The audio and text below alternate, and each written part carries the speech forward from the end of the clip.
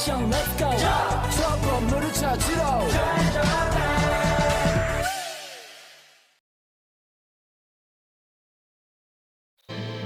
Pada pagi hari 4 Desember 1884, Kabupaten Bandung tepatnya di Cicalengka. Dalam keadaan yang sunyi, tenang, lahirlah seorang bayi bernama Raden Dewi Sartika. Dan nama panggilan beliau adalah Uwi. Dewi Sartika berasal dari keluarga priai Sunda terkenal yakni Raden Rangga Sumanegara sebagai ayah dan Raden Ayu Raja Permas sebagai ibu.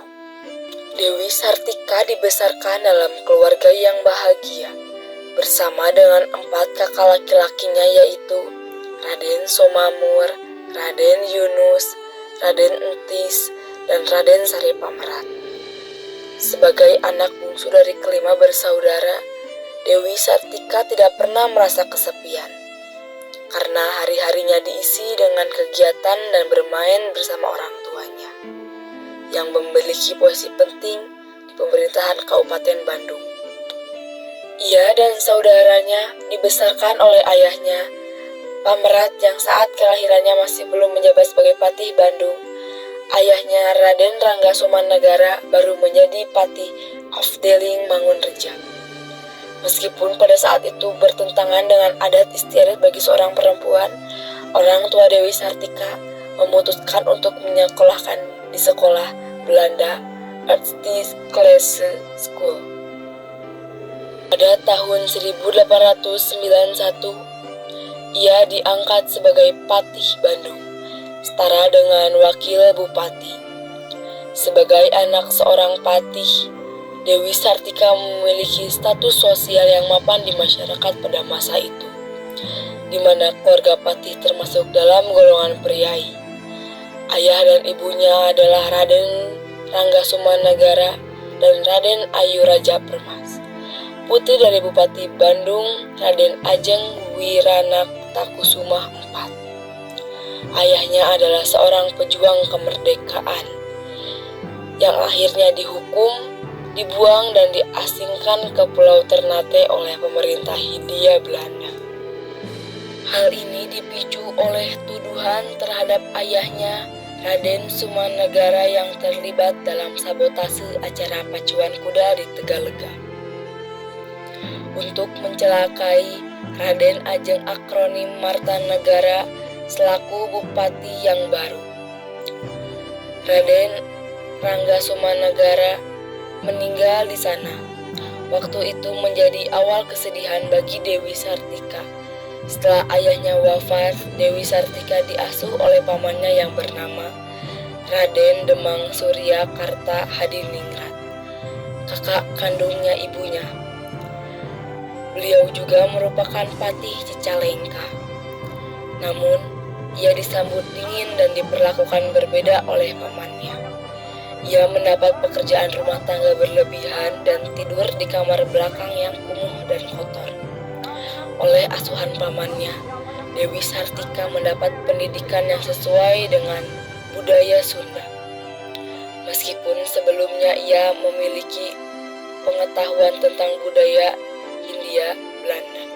Sejak kecil, Dewi Sartika menunjukkan bakat dalam bidang pendidikan dan memiliki tekad untuk meraih kemajuan. Ia sering bermain di belakang gedung kepatihan sambil memperagakan praktik yang diajarkan di sekolah.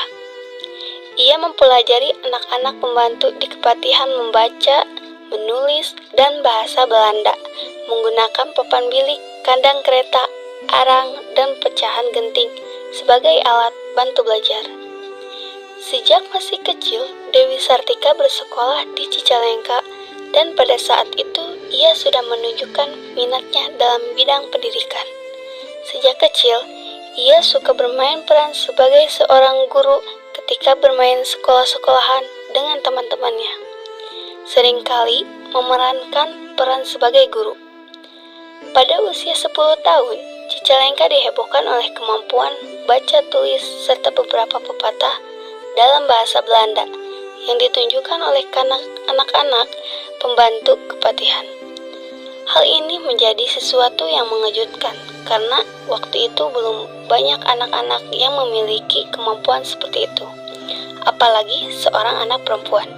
Pada 1902 silam, Dewi Sartika kembali ke Bandung. Ia pun menyayangkan kehidupan di Cicalengka yang dianggap tidak memberi kemajuan untuk cita-cita mulianya. Setelah remaja, Dewi Sartika kembali lagi kepada ibu di Bandung. Jiwa yang telah dewasa semakin mengiringinya untuk mewujudkan cita-citanya. Hal ini didorongkan pula oleh pamannya, Bupati Martanenggara, yang memiliki keinginan yang sama.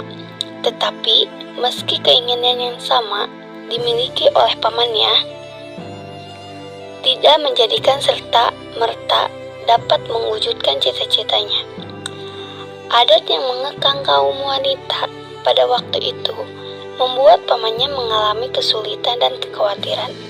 Namun karena kegigihan, semangatnya yang tak pernah surut, akhirnya Dewi Sartika bisa meyakinkan pamannya dan diizinkan mendirikan sekolah untuk perempuan. Pada tahun 1904, Dewi Sartika berhasil mendirikan sebuah sekolah yang diberi nama Sekolah Istri.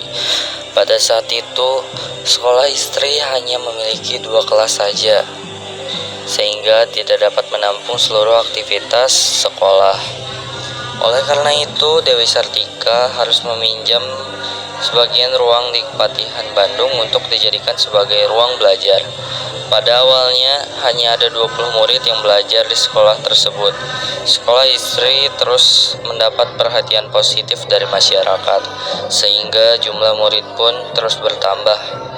Bahkan ruang yang sebelumnya dipinjam di Kepatihan Bandung sudah tidak lagi cukup untuk menampung murid-murid yang belajar di sekolah istri lagi. Untuk mengatasi masalah ruang belajar yang sempit, sekolah istri akhirnya dipindahkan ke lokasi yang lebih luas. Setelah 6 tahun berdiri, tepatnya pada tahun 1910, Dewi Sartika akhirnya mengubah nama sekolahnya menjadi Sekolah Keutamaan Istri dan menambah beberapa mata pelajaran baru. Dalam mengajar, Dewi Sartika berusaha keras mendidik anak-anak perempuan agar kelak menjadi ibu rumah tangga yang baik, mandiri, fleksibel, dan terampil. Oleh karena itu, ia memberikan banyak pelajaran yang berkaitan dengan pembinaan rumah tangga untuk membiayai operasional sekolah. Dewi Sartika bekerja keras mencari dana, namun ia tidak merasa kesulitan dalam mengumpulkan dana karena hal tersebut memberinya kepuasan batin karena berhasil mendidik kaumnya. Selain itu, semangatnya didukung oleh Raden Kanduruan, Aga Surawinata, suaminya, dan bantuan dari berbagai pihak dalam mewujudkan perjuangan pendidikan perempuan yang dilakukan oleh Dewi Sartika. Beberapa tahun setelah pendirian Sekolah Keutamaan Istri oleh Dewi Sartika, banyak perempuan Sunda di beberapa wilayah Pasundan yang terinspirasi dan mulai mendirikan sekolah-sekolah dengan konsep yang sama dengan Sekolah Keutamaan Istri. Dewi Sartika adalah seorang pelopor pendidikan perempuan di negeri Pasundan dan berjuang dari masa-masa sulit demi kesejahteraan rakyatnya. Meskipun sempat ada kecurigaan dari pihak Belanda, tetapi Dewi Sartika berhasil membalikkan kecurigaan tersebut menjadi dukungan. Bulan September 1929, Dewi Sartika mengadakan peringatan pendirian sekolahnya yang telah berumur 25 tahun, yang kemudian berganti nama menjadi Sekolah Raden Dewi. Pada tahun 1942, saat masa penjajahan Jepang, Sekolah Dewi Sartika dibubarkan oleh Jepang dan diganti namanya menjadi Sekolah Gadis. Pada tahun 1946, saat peristiwa Bandung Lautan Api, gedung sekolah itu pun ikut terbakar. Dewi Sartika beserta keluarganya pun meninggalkan Bandung untuk mengungsi ke Ciparai di sebelah tenggara Bandung. Beliau juga sampai berpindah ke Garut, lalu berpindah lagi ke Cineam, daerah pegunungan di selatan Tasikmalaya. Sementara itu, kondisi kesehatan Dewi Sartika semakin lemah. Dewi menderita sakit keras sampai akhir hayatnya. Dewi Sartika meninggal dunia pada hari Kamis, 11 September 1947. Beliau dimakamkan di pemakaman umum Desa Cineam. Kemudian jasadnya dipindahkan ke makam para Bupati Bandung di Kepatihan pada tahun 1951. Atas jasanya dalam bidang ini, Dewi Sartika dianugerahi bintang jasa oleh pemerintah Hindia Belanda. Ia dianugerahi gelar Orde van Oranje Nassau pada ulang tahun ke-35 Sekolah Keutamaan Istri sebagai penghargaan atas jasanya dalam memperjuangkan pendidikan. Pada 1 Desember 1966, ia diakui sebagai pahlawan nasional. Pelajaran yang kami dapat dari kisah Raden Dewi Sartika adalah walaupun banyak kesulitan yang dialami oleh beliau tetap berjuang, tidak mudah putus asa, dan tetap rendah hati untuk mewujudkan mimpinya. Mendirikan sekolah untuk wanita yang diberi nama Sekolah Istri. Sekolah ini memiliki tujuan memajukan harkat dan martabat kaum perempuan itu sendiri, sehingga dapat berguna bagi dirinya sendiri maupun negara.